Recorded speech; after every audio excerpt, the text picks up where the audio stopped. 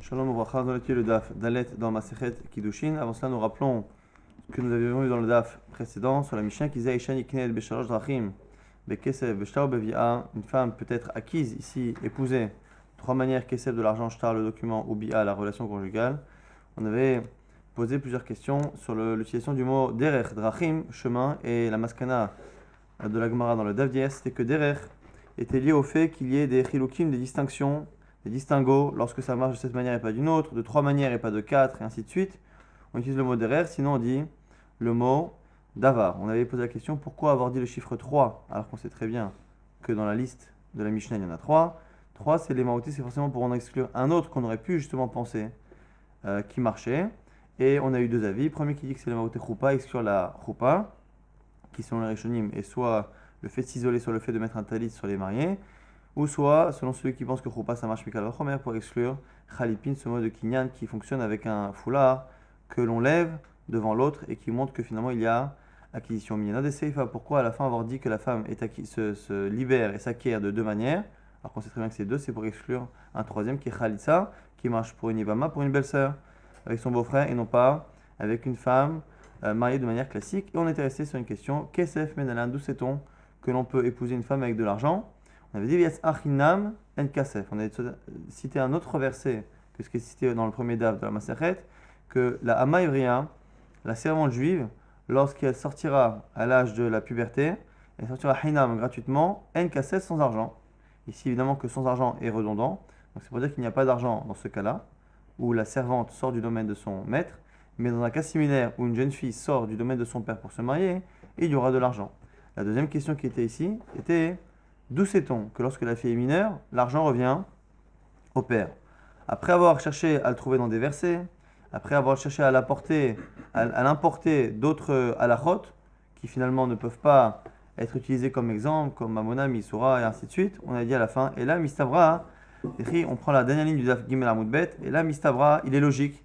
Que lorsque la Torah vient exclure un cas, Yetsia de Kavata, Kamemaet, ça vient exclure un cas similaire. C'est-à-dire, si la Torah dit que ici, il n'y aura pas d'argent dans le cas de la servante, mais il y aura de l'argent ailleurs, ça veut dire qu'au moins l'autre cas, parce qu'on finalement on jongle, on passe d'un cas à un autre, il faut au moins qu'il y ait une ressemblance. C'est quoi la ressemblance? C'est que là-bas, il y a une jeune fille et qui est dans le domaine de quelqu'un.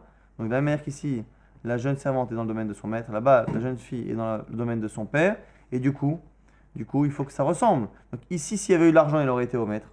Et là-bas, où il y aura oui de l'argent, ce sera au maître, ce sera au père. Donc ça c'est la réponse de la Gemara finalement, c'est qu'il est tout à fait logique qu'une fois qu'il y ait de l'argent ailleurs, il faut que ça marche de la même manière. S'il y avait de l'argent dans le cas du maître, c'est lui qui l'aurait reçu. Et donc du coup, dans le cas du père, puisqu'il y a de l'argent, c'est forcément lui qui doit le recevoir. Et la Gemara maintenant s'attaque à ce qu'on vient de dire. C'est-à-dire que finalement c'est une Yitzia de Kavata, c'est une manière de se libérer qui se ressemble. La Gemara dit l'Odamia, ça ne ressemble pas à Yitzia. La Yitzia, cette sortie-là, cette libération ne ressemble pas à l'autre libération. Pourquoi? La Gemara dit, mais attends, il y a un problème. C'est qu'une servante, lorsqu'elle est libérée à 100%. Elle n'a plus aucun rapport avec son maître. Alors qu'une jeune fille, lorsque le père la marie, il fait les kiddushin, elle n'est pas encore sortie totalement du domaine de son père, puisqu'il manque encore la choupa. Tant qu'il n'y a pas la choupa, c'est encore le père qui la nourrit, non pas le mari.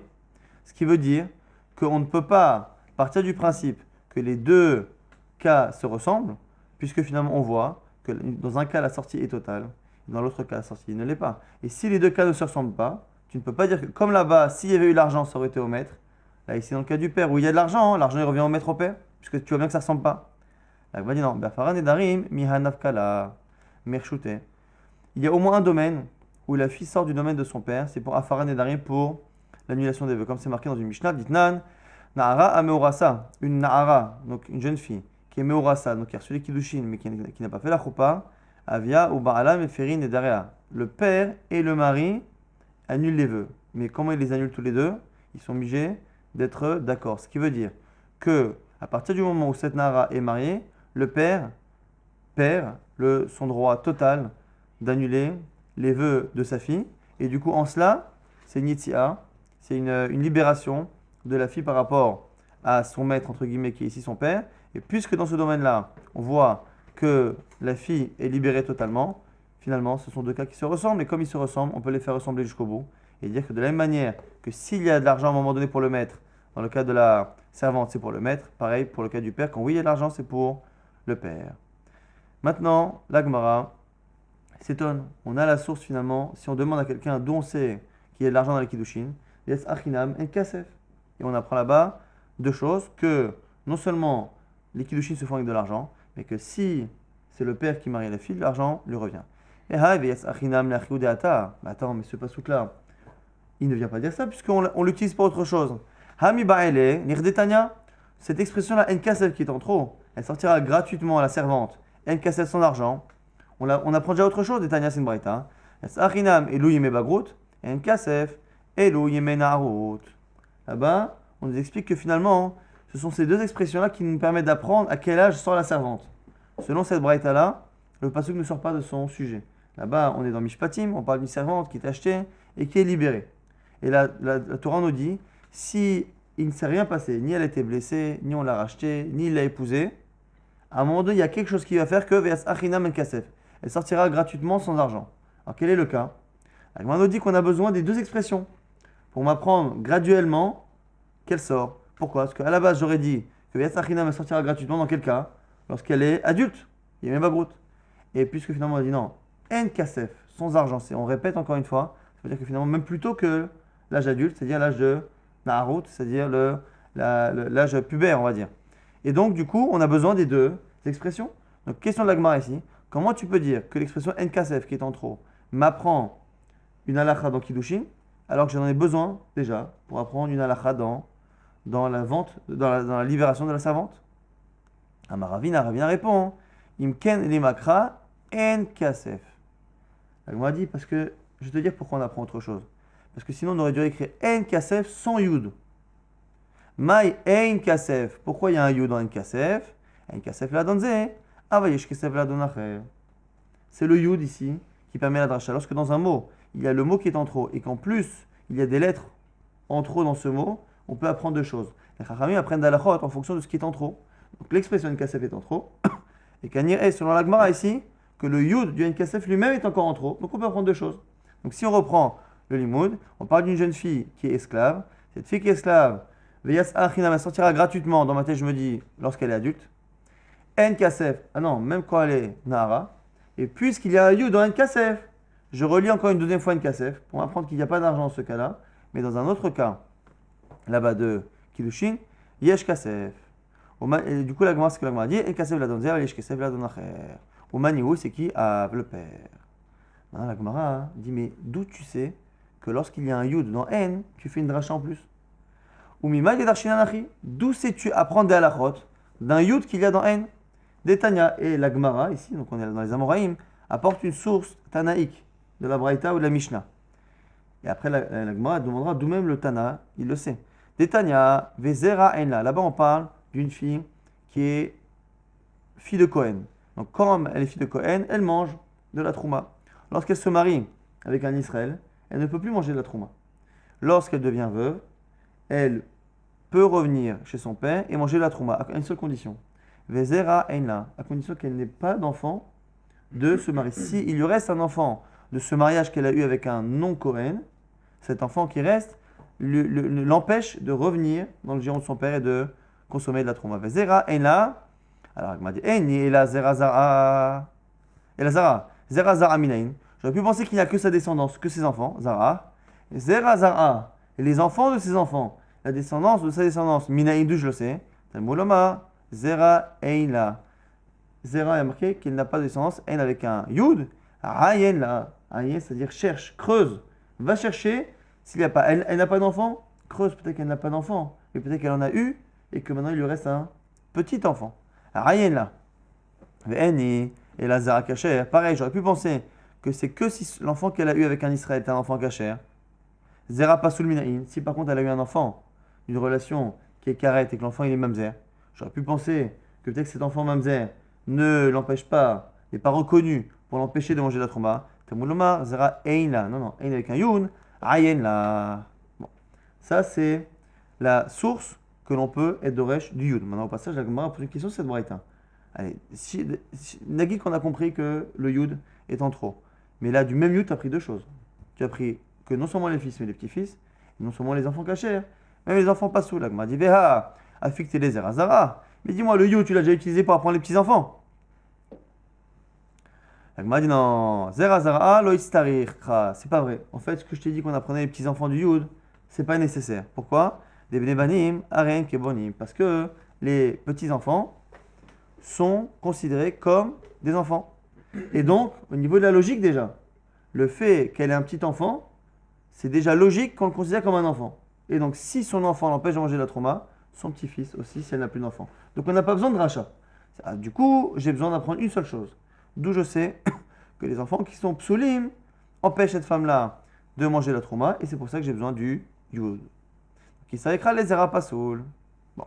Donc, du coup, l'Agmara a répondu. D'où nous, on sait dans l'Agmara répondre et dire que c'est le yud de En Kasef qui nous permet d'apprendre une halakha. En Kasef, j'apprends une halakha dans la Maïvria, et le yud, il me renvoie dans Kiddushin. D'où je sais qu'on peut apprendre une halakha d'un yud, j'ai une braïta. Elle m'a dit, ok, très bien. Maintenant, le Tana, la braïta, d'où il a sorti ça lui-même? Toi, tu t'es justifié avec un Tana, mais le Tana gouffé. Mais le Tana lui-même, Menale, des Darishachit, d'où sait-il déduire cela? Rective, Me'en Bil'am ou Me'en Yabemi. Là, elle m'a dit, regarde ce qui est marqué dans le verset, Me'en Bil'am ou Me'en Yabemi. Deux phrases qui parlent, là-bas parlent du verbe refuser. Me'en Bil'am refuse de venir avec nous pour maudire leur âme Israël. Comme ça, on dit les envoyés de Balak.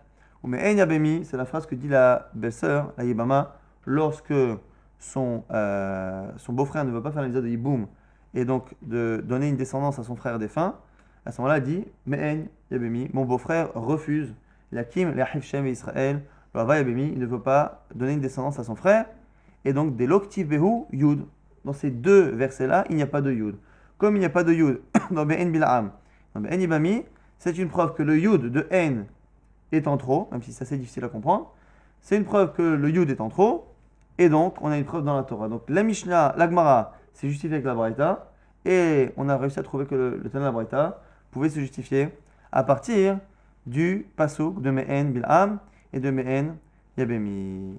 Ve'achaktiv be'yud, et chez nous il y a un yud, shma mina le drasha ou de'ata. De là tu apprends que l'on peut faire une drasha avec. Donc si on récapitule, ve'yatsa chinam, ça apprend que la servante sort lorsqu'elle est adulte.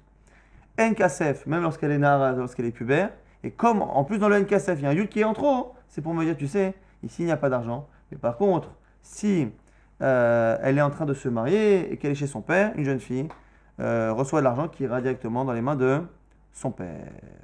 Maintenant, on a vu hier qu'il y avait aussi une dracha que lorsque une fille travaille, l'argent revient à son père. Lorsqu'un homme vend sa servante, sa fille en servante, s'il la vend en servante les ama, ça veut dire que son travail à elle appartient à son père. Donc du coup, la Gemara va poser la question, pourquoi a-t-on besoin finalement, une fois qu'on m'a dit que l'argent de la fille revient au père, pourquoi me dire que les kiddushin reviennent au père? Puisque finalement, les kiddushin que la fille reçoit, c'est finalement comme n'importe quelle source d'argent qui lui vient. Toute source d'argent qui arrive dans les mains de la fille arrive au père. Donc les kiddushin, pourquoi avoir besoin d'un verset pour les kiddushin? On a besoin d'apprendre les deux choses. À la fois que le travail ou le salaire d'une fille arrive à son père et que les kiddushin arrivent au père. Si je t'avais dit que les kiddushin sont pour le père, je dis c'est que les kiddushin. Pourquoi? Parce qu'elle ne s'est pas fatiguée, elle n'a rien mérité. On arrive, on lui donne de l'argent, peut-être que c'est normal qu'on le lui enlève et qu'on le donne à son père, à Valma Seadea, mais peut-être que le droit du père ne peut pas aller jusqu'à lui prendre le fruit de son labeur, à Valma Seadea, mais le travail de ses mains, et pour lequel elle s'est fatiguée. Et m'a dit, j'aurais pensé que c'était pour elle. Et si je t'avais dit que les salaires de la fille reviennent au père, j'aurais dit que peut-être c'est que les salaires. Pourquoi? Les kamidzan amine, parce que le salaire, c'est son travail, ça vient du fait qu'elle soit en forme. Et comment? Qui l'entretient, qui la loge, qui la nourrit, qui lui permet de travailler? C'est son père. Donc on aurait pu penser que même s'il y a un effort de son côté, elle, il y a aussi une part de responsabilité dans sa capacité à travailler qui vient du père. Donc c'est peut-être pour ça qu'il a un droit. Aval kiddushin ademé alma kaati, mais peut-être que les kiddushin où le père n'a rien à voir là-dedans. Et ma dit d'ahavu, c'est pour ça qu'on a besoin des deux, parce qu'à la fois les kiddushin sont extérieurs à la fois à la fille et extérieurs au père. Le travail de la fille est à la fois dépendant de la volonté du labeur de la fille est d'un côté dépendant de la parnassa que donne le père, et c'est la raison pour laquelle on aurait pu finalement penser que l'un plus que l'autre et l'autre plus que l'un, donc c'est pour ça qu'on a eu besoin de deux versets. Donc, qu'un homme peut vendre sa fille pour apprendre que le salaire de sa fille appartient à son père, et le pasouk de Ein Kasef, le yud de Ein Kasef de la servante pour m'apprendre que finalement, lorsqu'il fait des kiddushin, c'est le père qui garde l'argent. Au passage, l'Agmara revient Goufa, flashback, on revient sur une dracha qu'on a faite et on va essayer de la développer. Viatz Achinam En Kasef, on a dit Viatz Achinam, elle sortira, on revient maintenant sur la servante. Elle sortira gratuitement, c'est pour m'apprendre qu'elle sortira gratuitement lorsqu'elle est adulte. Et En Kasef, pour m'apprendre même lorsqu'elle est puber Nahara. Viatz Achinam Elohim Bagrut. En Kasef, Elohim Naharut. La Gemara dit Velirtova Hamana Naharut. Velo Ba'i Bagrut. Je comprends pas. Une fois que tu m'apprends que la jeune fille sort lorsqu'elle a 12 ans, Nahara, tu n'as plus besoin d'un verset pour m'apprendre qu'elle sort quand elle a 12 ans et demi. Pourquoi être passé, avoir fait un détour, m'apprendre finalement qu'elle sort lorsqu'elle est Nahara et m'apprendre qu'elle sort lorsqu'elle est Bogeret, lorsqu'elle est adulte, ça n'a pas de sens, puisque finalement la Naharut vient forcément avant. Amaraba, Bazé, Velimedalze. Tu as raison, mais c'est parce qu'en fait, j'ai besoin des deux. J'ai besoin des deux, c'est-à-dire que j'ai besoin que graduellement je fasse le limoud dans ma tête. C'est le premier qui m'apprend ce qu'est l'autre. Bazé Velimedalze. Midé Dava Toshav Vesachir. Exactement comme le cas là-bas de Toshav Vesachir. On parle là-bas d'esclaves juifs. Est-ce qu'un esclave juif peut consommer de la trouma? Un esclave juif qui travaille chez un Kohen, est-ce qu'il peut travailler il peut manger de la trouma? Un esclave Kenaani, non juif, oui, parce qu'il appartient. Son corps appartient à son maître. Mais le Aved Ivri, on l'apprend d'ici que non. Et là-bas, la Torah nous dit deux types de Avadim. À la fois, parce qu'il y a deux types de Aved Ivri. Celui qui travaille ses 6 premières années, et celui qui, au bout de 6 ans, a dit je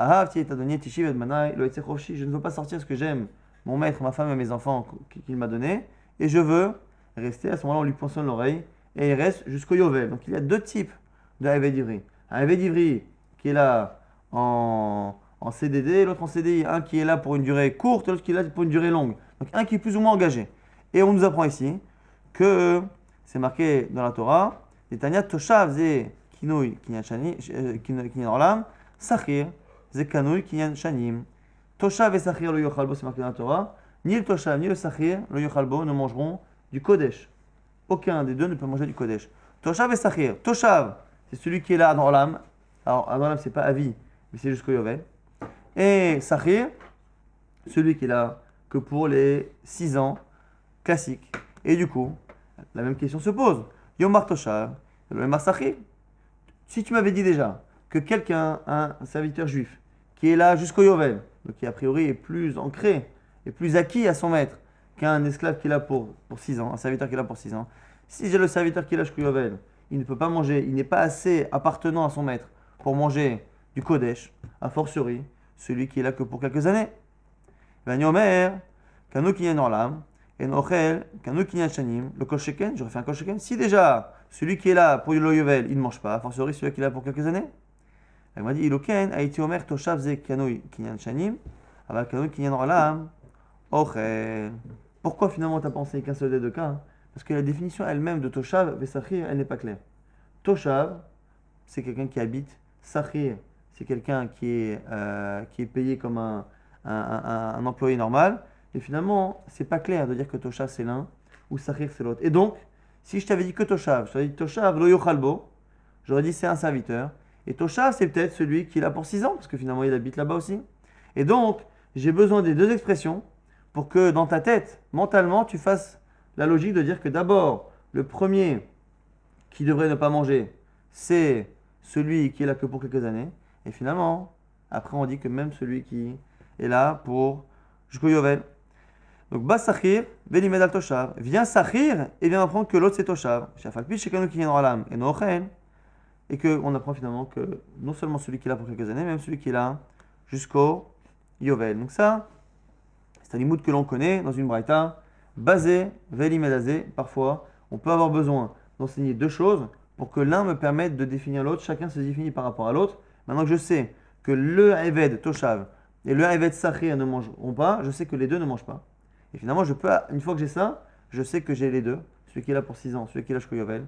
Et du coup, en fonction des deux, je définis que c'est l'Otoshav qui a l'air d'être plus intégré que le Sachir. Donc l'Otoshav, celui qui est là jusqu'au Yovel, et le Sachir qui est là que pour 6 ans. Mais si je ne t'avais enseigné qu'un seul des deux, tu n'aurais pas su c'est lequel, et donc tu aurais appris peut-être que c'est le Chidouche le plus petit, c'est-à-dire celui qui est là que pour 6 ans, qui ne mange pas, comme Hashmalan, que c'est les deux. La Gemara propose la même chose. Peut-être que si je t'avais dit Viatsa Chinam, tu aurais dit quoi Chinam? J'aurais dit voilà. Ou je t'avais dit Viatsa En Kasef, elle sortira sans argent. J'aurais dit c'est quoi En Kasef? C'est celle qui est. Non, qui est le boguette, qui est adulte. Et j'aurais pas été jusqu'à dire que la Nara aussi. Et ça, la Gemara va repousser cette logique. Autant dans le cas de Toshav et Sachir, ça va, mais la Gemara ne veut pas l'appliquer ici. Amalé, Abaye, Midame, ça ressemble pas. Atam Tregoufe, Nino. Là-bas, ce sont deux personnes. Il y a un évêque qui est là pour 6 ans et un évêque qui est là pour 50 ans jusqu'au Yovel. Nechinami, Katav Hamana Toshav, Nirtsa, Lo Yochal, Ve'adar Katav, Idar. Avasachem Mitadatia Bekal Vachomer. Pourquoi? Parce que, allez, ta logique de dire que l'un vient apprendre pour l'autre, elle peut tenir à partir du moment où, même si ça avait été écrit clairement, ça n'aurait pas été insensé. C'est-à-dire que si la Torah avait dit clairement, tu sais, le Eved Nirsa, le Eved à qui on a poissonné l'oreille, donc il reste jusqu'au Yovel, il ne mange pas du Kodesh. Et si on avait dit après, tu sais, le Eved aussi qui est là pour 6 ans, il ne mange pas. Ah, ça aurait été quelque chose qu'on aurait pu apprendre par Kalvachomer. Et malgré tout, on a un principe. Mitadatia avec Kalvachomer, Tarach Vekatav Lakra. Parfois, on peut dire que la Torah nous apprend une deuxième halakha que l'on peut apprendre de la première par Kalvachomer. Donc du coup, ce que vient dire ici Abaye, c'est que la logique de dire que Bazé, Venimedazé, que l'un vient m'apprendre qui est l'autre, ça peut tenir à partir du moment où on a affaire à deux personnes différentes, à deux halakhot différentes. On peut dire que l'halakha A vient m'apprendre la halakha B. Pourquoi? Parce que même si la halakha A et la halakha B étaient écrites clairement, il n'est pas impensable de dire que la Torah m'apprenne la halakha B, alors que je peux déjà l'apprendre de la halakha A. Le seul problème ici, c'est que chez nous, c'est pas pareil. Et là, mais chez nous, Chad Goufaï, c'est la même personne. La même personne, la même jeune fille, tu m'apprends qu'elle sort lorsqu'elle a 12 ans et demi, quand elle est boguette. Et après, tu me dis qu'elle sort finalement lorsqu'elle a 12 ans. Ce qui fait que la halakha qui dit qu'elle sort lorsqu'elle a 12 ans et demi, elle n'existe plus. Elle n'existe plus parce que c'est la même personne. J'aurais pu penser qu'elle sera à 12 ans et demi, mais elle ne sort pas à 12 ans et demi. Ki nafkala benarut bagrut maïba gabe. Si finalement elle sort lorsqu'elle est nahara à 12 ans, on n'aura jamais l'occasion d'appliquer cette halakha de boguette. Donc la Gemara nous dit que le fait d'apprendre de dire deux mots pour apprendre une halakha, je peux comprendre à partir du moment où ce sont deux halakhot. L'halakha A, l'halakha B. Effectivement, j'aurais pu apprendre l'halakha B par Kalvachomer, par exemple, fortiori l'halakha A, mais la Torah parfois peut utiliser des mots en trop, même si je peux apprendre par Kalvachomer. Enfin, puis, quand on peut apprendre par Kalvachomer, Tarach vekatav lakra, la Torah fait l'effort de l'écrire. Mais par contre, imaginez que la Torah écrive un mot, non pas pour une halakha et une autre halakha, mais qu'elle écrive un mot pour ce que j'aurais pu penser être une halakha. C'est-à-dire que quand je dis Vias Achinam, j'aurais pu penser qu'elle sort lorsqu'elle a 12 ans et demi. Et qu'à la fin, grâce à un kasef, j'apprends qu'elle ne sortira jamais à 12 ans et demi, mais qu'en fait qu'elle sort à 12 ans. C'est-à-dire que le mot Chinam, il est là non pas pour une halakha, mais pour quelque chose qui n'existe pas. Finalement, la sortie à 12 ans et demi n'existera jamais. Le fait d'enseigner une halakha qui est inutile dans le sens où j'aurais pu l'apprendre par Kalvachomer, ça s'entend. Mais imaginez que la Torah m'enseigne une halakha qui, au regard de la suite du pasuk, s'avérait ne plus exister. La sortie d'une jeune fille à 12 ans et demi n'existe plus une fois que j'apprends qu'elle sera à 12 ans. Ça, c'est quelque chose qui est impensable pour Abaye. Et donc, là, Abaye dit autre chose. L'onit srechaïla, le bagada ilonit. C'est pour m'apprendre la bagroute pour la ailonit. En général, une jeune fille normale a des simanim à 12 ans et elle reste nahara pendant 6 mois. Et au bout des 6 mois, elle devient bogeret. Parfois, il y a des jeunes filles qui n'ont pas de simanim, qui ont un problème hormonal qui fait qu'elles n'ont pas justement la puberté. À partir de quand, puisqu'en général on a dit que la bagroute se calque 6 mois après le début de la puberté, comment finalement rendre cette jeune fille adulte à partir du moment où elle n'a pas d'hormones, elle a un problème hormonal. C'est pas parce qu'elle a un problème hormonal qu'on va dire à 90 ans qu'elle est encore une enfant. Donc il faut bien à un moment donné que l'on détermine qu'elle est adulte. Et ce sera à l'âge de 20 ans pour les filles. Donc du coup c'est ça qu'on apprend ici, selon Abaye. L'on israchal et la bagada ilonit. Sakad atachamina benarut tipok bevagrut lotipok. Tu aurais pu penser Peut-être qu'une jeune servante ne sort du domaine de son maître que si elle a une puberté. Mais peut-être que si elle n'a pas de puberté et qu'elle devient adulte, à un moment donné, elle devient boguerette, tu aurais pu penser qu'elle ne sort pas parce qu'elle n'a pas de puberté, que c'est la puberté qui fait que kamashmala. Et donc du coup, on a au moins ici deux halachot. V'yas achinam en kasef. V'yas achinam pour nous dire que lorsqu'elle est boguerette adulte, même sans puberté, elle sort. En kasef pour nous dire que même lorsqu'elle a une puberté, même sans être encore adulte. Et là, on a deux halachot qui sont bien séparés avec deux personnes différentes. La première, pour une jeune fille qui n'a pas de puberté, sache que la jeune fille qui n'a pas de puberté, elle sortira, même avant les 6 ans, du domaine de son maître, si elle devient adulte à l'âge de 20 ans. Donc une jeune fille qui n'a pas eu de puberté, qui a été achetée à l'âge de 18 ans, normalement pour 6 ans, à 20 ans, elle sort du domaine, parce que Vias Chinam, elle est boguerette, même si elle n'a pas eu de puberté. Et NKSF, c'est pour t'apprendre, tu sais, que lorsqu'elle est jeune et qu'elle a été achetée, lorsqu'elle a sa puberté qui arrive, elle sortira pour nous dire finalement que le premier qui arrive, la puberté, ou l'âge adulte, puisque parfois ça peut être l'âge adulte qui vient avant la puberté, parce que la puberté n'arrivera pas chez cette fille-là, le premier événement qui vient, que ce soit la puberté ou l'âge adulte, un des deux événements libère la jeune fille. C'est pour ça qu'on a besoin finalement des deux expressions, Rinam, Enkasef. Rinam pour m'apprendre l'âge adulte sans la puberté, Enkasef pour m'apprendre la puberté sans l'âge adulte. Et ça, la Gemara va aussi objecter. Maskif le marbaravashi, l'af kavalchomer, ou mais c'est un kalvachomer. Uma simanim she'en motzim mershut av. Si déjà la puberté qui ne peut pas faire sortir une jeune fille du domaine de son père, une femme, une jeune fille qui est chez son père. Lorsqu'elle est nara, son père peut toujours la marier. Motzim mershut adon. Et on voit bien que pourtant, cette puberté fait sortir une jeune fille du domaine de son maître, lorsqu'elle est servante. Bagrout, l'âge adulte, chez Motzia mershut av, qui arrive à sortir une jeune fille du domaine de son père pour le mariage, et Nodin, chez Motzia mershut adon, a fortiori qu'elle va sortir du domaine du adon. Donc la Gemara nous dit, tu sais, au final, tu as raison, ce sont deux cas. Mais on peut apprendre l'un par kalvachomer. Pourquoi? Parce que finalement, l'âge adulte, c'est plus fort que la puberté. Comment on sait que l'âge adulte, c'est plus fort que la puberté? Parce qu'on voit que l'âge adulte, par rapport à une jeune fille qui est chez son père, et par rapport au droit qu'elle a de se marier, on voit que le fait qu'elle soit adulte libère la fille beaucoup plus que la puberté. Par rapport au droit de se marier, par exemple, le père peut continuer à marier une jeune fille après la puberté, mais il ne peut plus la marier une fois qu'elle est adulte. Donc on voit que l'âge adulte est plus fort, et donc on transpose ce rapport de force dans la servante. Et donc si déjà la servante est libérée à la puberté, a fortiori qu'elle sera libérée de la même manière par l'âge adulte, puisqu'on voit que l'âge adulte a une plus grande force de libération que cela. Donc la Gemara dit c'est un kalvachomer. Donc Amar, et l'Amar Baravashi, l'on srecha ila le'ikar zvina de ailonit. Non, c'est pour m'apprendre la vente d'une ailonite. Salkada tachamina datia simene narut avazvina de lo atia simene narut lo avazvina zvina. Et la Gemara du coup aurait pu penser, nous dit la Gemara, on aurait pu penser que autant lorsque la jeune fille finit par avoir des simanim, ça veut dire que la jeune fille est normale, mais peut-être que lorsque on se rend compte à la fin qu'elle n'a pas de simanim, peut-être qu'on aurait pu penser que du coup la vente n'était pas bonne et que ce n'était pas une fille que l'on pouvait vendre en tant que servante, kamash malan. C'est pour ça qu'on t'apprend que finalement ça fonctionne. Donc, Vias Achinam et Kasef, selon Barbara Vachi, Vias Achinam, on va apprendre que lorsqu'elle est boguerette, pas qu'elle est libérée, ça je le sais par Kalvachomer selon Barbara Vachi, mais pour apprendre bien clair que la vente elle était bonne, même a posteriori. Donc, Kamash malan, Vias Achinam. Maintenant la Gemara pose une question. Rappelez-vous que la première réponse a été repoussée. Après, Abaye a proposé autre chose. Et lorsque Abaye a dit voilà, tu as un problème parce qu'il faut deux personnes différentes. J'ai deux personnes différentes. La jeune fille qui n'a pas de simanim, elle sortira lorsqu'elle est adulte.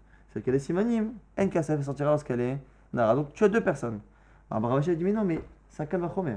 Pourquoi? Parce que je sais par ailleurs qu'il y a un rapport de force entre la puberté et l'âge adulte. Et je sais que l'âge adulte fait tout ce que la puberté sait faire. Puisque on sait que l'âge adulte fait au moins ce que la puberté fait, si la servante sort lorsqu'elle est pubère, a fortiori qu'elle sortira à 20 ans, sans simanim lorsqu'elle sera adulte. La Gemara dit mais je ne comprends pas. Omar Baravashi, de Amar, Velav Kalvachomer, ou qui a dit que c'était un Kalvachomer. Hamrina, nous on a une logique qui dit quoi? Que Mita Datia Bekalvachomer, que c'est possible que la Torah apprenne deux halachot dont l'une peut être déduite par Kal Vachomer. Donc c'est quoi la question de Marbaravashi? Abaye avait très bien répondu. Il avait dit voilà, Achinam et Kasef. Un, c'est pour la jeune fille qui n'a pas de simanim. L'autre, c'est pour celle qui a des simanim, donc qui a sa puberté. Et si tu me demandes, ah, mais je peux déduire l'un par Kal Vachomer, Achinam, on a dit que ça arrive que la Torah dise ça. Alors pourquoi Marbaravashi a été gêné par cela, au point qu'il s'est senti obligé d'apprendre une autre halakha, qui en plus est un peu plus loin, ça qui va dire qu'on ne parle pas de la libération, mais pour dire que lorsqu'elle est bogueret, contrairement que malgré tout, le fait qu'on voit qu'elle n'a pas de simanim, malgré tout, la vente était bonne. On ne parle pas de la libération, mais de la vente, a posteriori. Et donc, du coup, la Gemara s'étonne, elle dit, mais attends, il n'y a pas de problème, ta question n'en est pas une, puisqu'on sait très bien que la Torah peut faire l'effort de m'enseigner une halakha qu'on apprend par Kal Vachomer. La Gemara répond, réponse de la Gemara, parce que c'est vrai qu'on peut parfois dire que la Torah prend l'effort d'apprendre une halakha qu'on apprend par Kal Vachomer. Mais ça, c'est une réponse que l'on donne que lorsqu'on n'a pas le choix. À la base, on a un postulat. C'est que lorsqu'on va apprendre quelque chose par Kal Vachomer, la Torah ne va pas le dire, sinon, il n'y en a d'avoir sauf.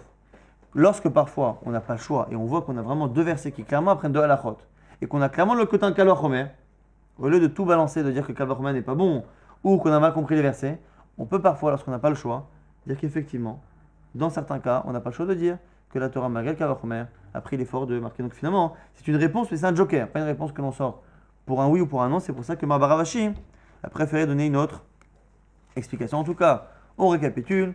Veyatsa Achinam, c'est pour m'apprendre que la jeune fille sort lorsqu'elle est bogueret. Alors selon Abaye ou Marbaravashi, sort pour m'apprendre que lorsqu'elle n'a pas de simanim, finalement, on compte que la vente était bonne.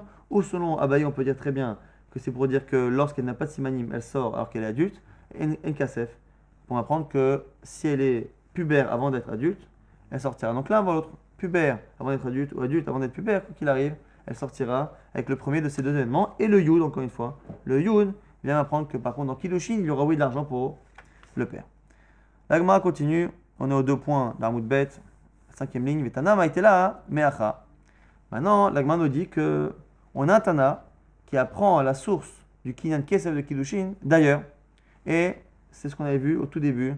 La Masechet de Tanya Senbraïta, qui car ish isha uvrala. Lorsqu'un homme prend femme, uvrala, et a une relation avec elle. Il y a une petite sahayin be'inav, qui m'a sabar va davar et après la Gemara nous dit que ça se passe mal, mais en tout cas, la Braïta va s'attacher au début du verset, qui parle là-bas qu'un homme prend une femme, qui car, pourquoi on a pris ce verbe-là, et qui chal avec kesef. Kira, c'est toujours avec de l'argent. Chen omer, comme c'est marqué, natati kesef asade.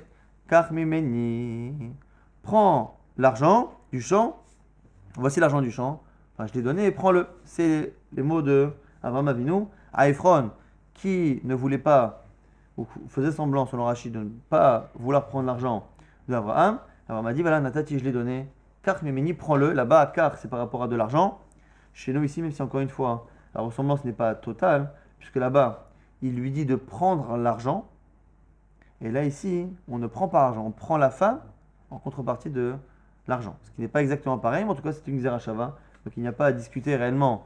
Ce n'est pas quelque chose de logique, c'est une Xerashava. Donc, un des modes de limoud, d'apprentissage des halachot que l'on a depuis Moshe Missinaï par transmission. L'Agma dit, Valodinu. L'Agma dit, attends, mais pourquoi tu as besoin d'un verset? Avant même de se demander pourquoi là, pour l'instant, on a 2 versets. Il y a Zachinam En Kasef, le Yud de En Kasef, et Kicha Kicha de Zdefron. Avant même de se demander pourquoi on a besoin des 2 versets. La Gemara a dit allez, même un verset. Pourquoi? J'ai une logique. J'ai un raisonnement. Kal Vachomer, Valodinu. Kal Vachomer de Amaïvria. Encore une fois, on a cité un Kal Vachomer. Il faut comprendre le Kal Vachomer, comment ça fonctionne. Le Kal Vachomer fonctionne avec l'idée qu'il y a un fort et un faible. On définit qui est fort, qui est faible. On compare 2 éléments par rapport à une réalité. Et du coup, à partir de là, on part du postulat que un est fort et l'autre est faible. Et du coup, à partir de ce postulat-là, on va ailleurs et on dit si déjà, dans ce cas-là, le faible y arrive, le faible que j'ai défini par ailleurs. Donc j'ai défini à un moment donné le faible et le fort qui devient un postulat de base, et par ailleurs, je l'applique. Donc si là-bas le faible y arrive, a fortiori que le fort y arrive. Si là-bas le fort n'y arrive pas, a fortiori que le faible n'y arrivera pas. Donc on part toujours de ce postulat, et très souvent, ici à chaque fois on va repousser le Kal Vachomer en montrant que dès le départ, l'hypothèse n'était pas bonne. Donc ici, le Kal Vachomer étant, ou Ma'ama Evriya, Shena Niknet Bevia, Niknet Bekesef, Zoshenikne bevia, enodin shetikne bekesef. Si déjà la ama evria, la servante, qui ne peut pas être acquise par une relation conjugale, nikne bekesef, elle est acquise par de l'argent. Donc, Zoshenikne bevia, celle qui est acquise par la relation conjugale, enodin shetikne bekesef. N'y a-t-il pas un kalvachomer qu'elle sera acquise par kesef? Donc ici, le kalvachomer étant que la ama evria, la servante, est plus difficile à acquérir que la jeune fille pour le mariage. Acquérir une servante, c'est plus difficile qu'acquérir une femme. Pourquoi? Parce que lorsque je veux acquérir une femme, la relation conjugale marche, alors que cette même relation conjugale ne marche pas pour la servante. Donc on part du principe que la servante est plus difficile à acquérir que la mariée. Et donc, si c'est plus difficile d'acquérir une servante, ce qui permet d'acquérir une servante va forcément permettre d'acquérir une mariée. Et donc, puisque la servante qui est difficile à acquérir, puisque je l'ai comparée par rapport à la relation conjugale, est acquise par de l'argent, a fortiori que si celle qui est difficile à acquérir est acquise par de l'argent, a fortiori que celle qui est facile à acquérir à la mariée sera acquise par de l'argent. L'Agma dit non, j'ai une preuve que c'est faux. Yevama tochiach, j'ai une preuve, la Yebama, la belle-sœur, va te prouver que ton raisonnement est faux. Sheniknet bevia, ve'naniknet bekesef, que la Yebama, elle est acquise avec la relation, mais pas avec de l'argent. Donc tu vois bien que ton raisonnement tombe à l'eau. L'Agma dit non, tu peux pas. L'objection est fausse parce que la Yebama c'est particulier. Ma la Yebama sheken eniknet beshtar, tomar bezo, sheniknet beshtar. La Yebama elle est particulière. On ne peut même pas l'acquérir avec un shtar, avec un document. Et donc elle ne rentre pas dans la comparaison. Par contre, on a dit, la ama evria, la servante, oui. Pourquoi? La servante est acquise par un document.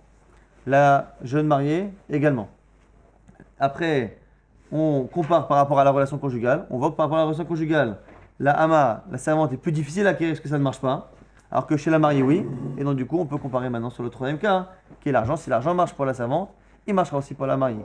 La Ibama ne rentre pas en compte parce que la Ibama a un défaut, entre guillemets, c'est qu'elle ne peut pas être acquise par un document. Tamoul Omar, qui car ish ha la malikra, donc la Gemara, puisque le kalvachomer tient, pourquoi a-t-on besoin d'inverser? La Gemara dit ah tchala, on l'a appris dans le kalvachomer. Amar Ravashi, mishum de kaleme ma mekra de dina picha. La Gemara dit non, parce que finalement ton kalvachomer, depuis le départ, il ne marche pas. Mekra de dina picha, il y a une objection depuis le haïkar, depuis la base. Pourquoi? Mecha kavaitit la, mais ama evria, ton kalvachomer il vient d'où? Il vient de la servante. Mal ama evria sheken yutsa bekesef, ton ma bedoshina yutsa bekesef. Tu ne peux pas comparer la ama evria et la mariée par rapport au kesef. Pourquoi? Parce que la ama evria a un rapport particulier avec l'argent. C'est que comment on la libère? On la libère en payant justement le reste d'année au prorata. Et donc puisqu'elle est libérée par de l'argent, alors qu'une mariée ne peut pas être divorcée avec de l'argent, il faut un document ou la mort du mari, puisque la servante a un rapport particulier avec l'argent dans sa libération, c'est peut-être pour ça qu'elle est acquise par de l'argent, et donc on ne peut pas transposer son acquisition de l'argent, on ne peut pas la transposer dans le cas de la mariée. Encore une fois, le cas de la Roma étant que c'est plus difficile d'acquérir celle-ci que celle-là, donc je peux transposer ailleurs. Elle va dire non, mais tu vois bien qu'il y a dans tous les cas un élément qui empêche de comparer, c'est le fait que finalement la Hama, même si elle est plus difficile sur un point, elle a un rapport particulier avec l'argent qui justifie le fait qu'on l'acquiert avec de l'argent, chose qui n'est pas le cas pour la jeune mariée. Tamoul Omar ki ish. Donc du coup, on n'a pas de kavachoma, il faut inverser. Maintenant au passage, on n'a pas qu'inverser, on en a deux. Finalement, il y a Tzachinam en kasef, le you de en kasef, et en même temps, le pasuk de ki ishisha, veisar nemertav. Tzachinam, veisar nemertav ki isha. On a besoin des deux versets. Pourquoi? Yikatama hamana ki avamina kilushin. Tahiv la baal didahavu. Si j'avais dit que Kikar, j'aurais dit c'est vrai qu'il y a de l'argent dans les Kiddushin. Kikar, Kira Misdefron. Mais j'aurais pensé que l'argent revient toujours à la fille et jamais au père. Et du coup, on t'apprend Viasachinam et Kasef pour t'apprendre que lorsque la fille est jeune, l'argent revient au père. Et si je t'avais appris que le cas où on te dit que tu sais, il n'y a pas d'argent pour le maître ici, mais il y a de l'argent pour le père lorsqu'il donne sa fille en mariage, Avamina echa, leava ihi ledida, vekidashu avu kilushin, katarahamana kikar, velokitikar. J'aurais pu penser à ce moment-là qu'une femme elle-même peut épouser un homme. Elle va voir un homme, elle lui donne de l'argent. Ça marche finalement. On a dit que il y a de l'argent dans les kiddushin et que lorsque c'est le père qui marie la fille, c'est le père qui reçoit l'argent. mais j'aurais pu penser qu'une femme adulte peut elle-même marier un homme, elle arrive avec de l'argent, elle lui donne, elle dit sois marié à moi ou je suis marié à toi. Est-ce que ça marche? Non. Ki yikar ish isha.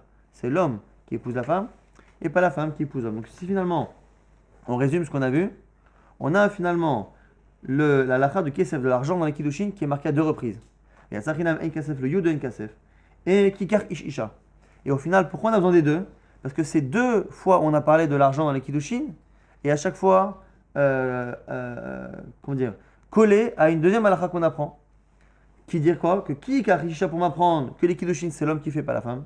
Et en kasef dans le cas de la savante pour nous dire que lorsque c'est le père qui marie, l'argent revient au père et non pas à la fille. Même si par ailleurs on sait que l'argent d'une fille revient à son père, on a pu penser que les kiddushin sont particuliers, parce que finalement lui-même n'a pas fait en sorte, c'est pas parce qu'il la nourrit, qu'il la loge, qu'elle a des kiddushin, donc on aurait pu penser qu'il ne les reçoit pas. Kamash Malan. Donc finalement, on a 2 versets pour m'apprendre kesef, parce qu'à chaque fois on a besoin d'apprendre 2 halachot importantes, que le père reçoit les kiddushin lorsqu'elle est nahara ou ktana, et que finalement c'est le mari qui fait les kiddushin et non pas l'inverse. L'agma maintenant va apprendre la source du 3e type de kinyan.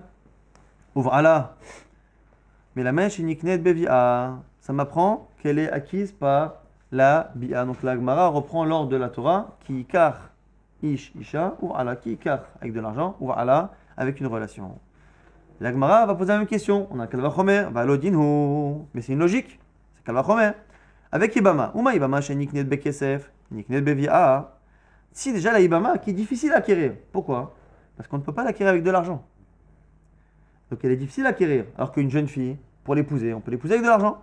Donc si la ibama, qui est difficile à acquérir avec de l'argent, niknin bevia, elle peut être acquise, épousée avec une relation. Zosh niknin bekesef, celle, la jeune fille, qui est épousée avec de l'argent, et donc qui est plus facile à acquérir que la ibama. Et on a dit niknin bevia, a fortiori qu'elle sera acquise avec la relation. La Gemara a une preuve contre ça. Maïvria tochiach, la servante va te prouver que c'est faux. Pourquoi? Niknin bekesef, car elle est acquise avec de l'argent, et elle n'est pas acquise avec une bia. Donc tu vois bien que le fait d'être acquise avec du kesef n'est pas une preuve.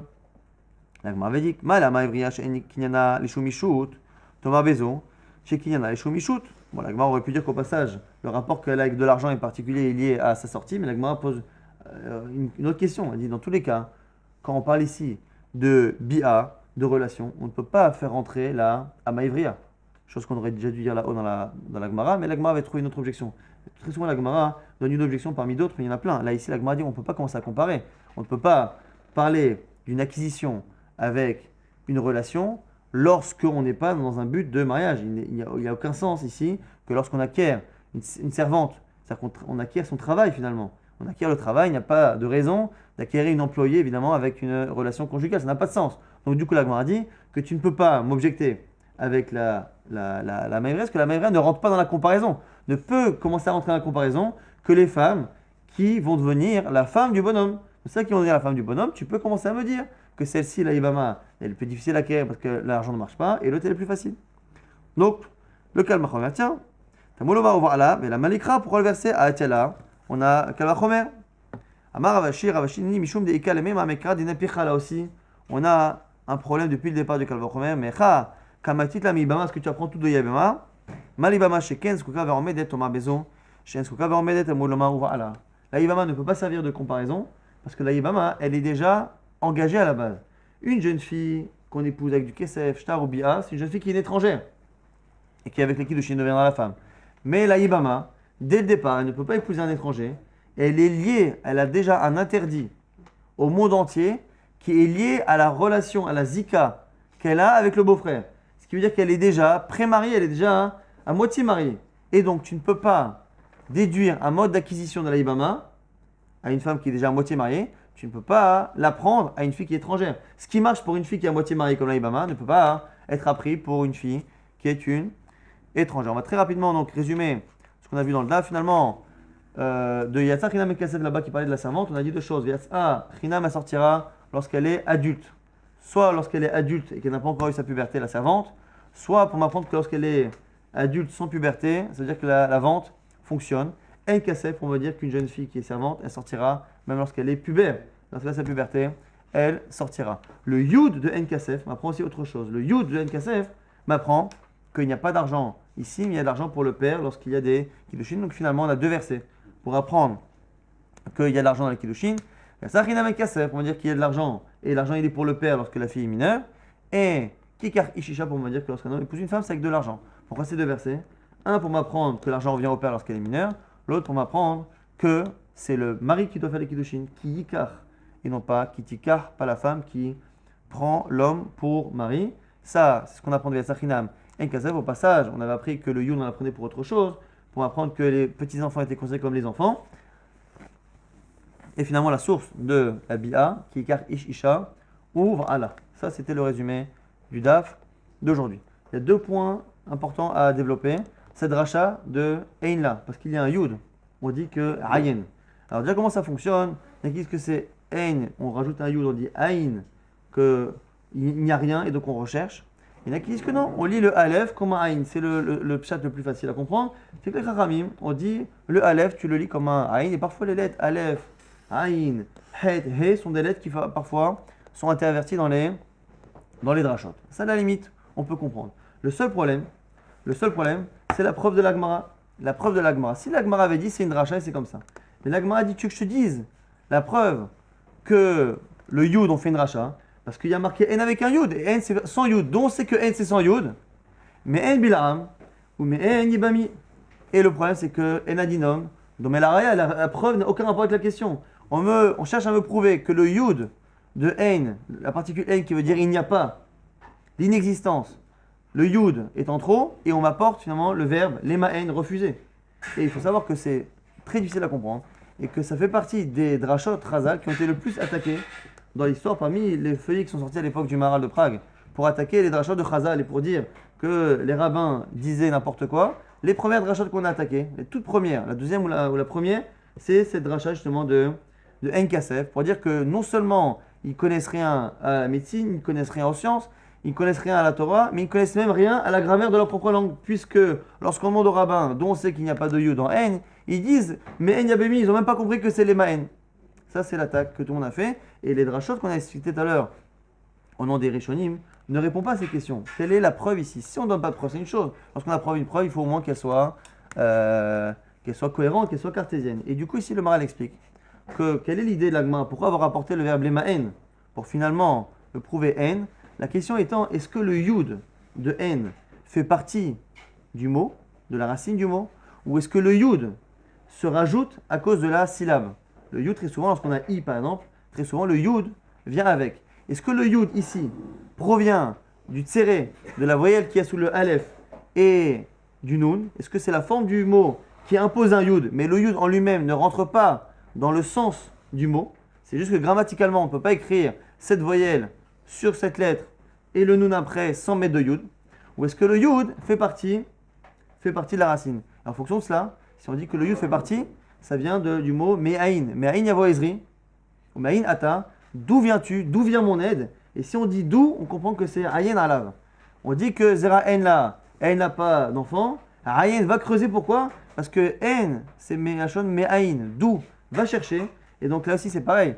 Tu regardes cette femme-là, il n'y a pas d'argent ici, va chercher. Il n'y a pas d'argent ici, il y aura de l'argent ailleurs. Et donc c'est pour ça. Et d'où on sait finalement que le Yud n'est pas là grammaticalement à cause de la présence du Aleph et du Tséré, d'où on le sait, du fait qu'il y a un verbe qui est les Ma'en qui n'a aucun rapport, mais qui a la même lettre Aleph, la même voyelle Tséré, le même Nun, et on voit que là-bas la Torah n'a pas été contrainte de mettre un Yud. Le fait qu'il y a marqué Me'en Yabemi, Me'en Bilam, c'est la preuve qu'on peut écrire très bien ce Aleph, ce Tséré, ce Nun, sans mettre de Yud.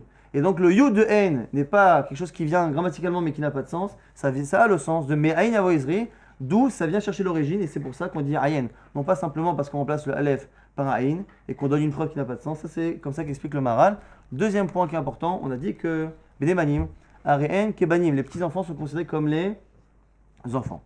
La question qui est posée au niveau de la halakha, c'est est-ce que les petits-enfants ont les Chiyuvim ou la possibilité de faire Kaddish par exemple à la place des parents lorsque le grand-père décède?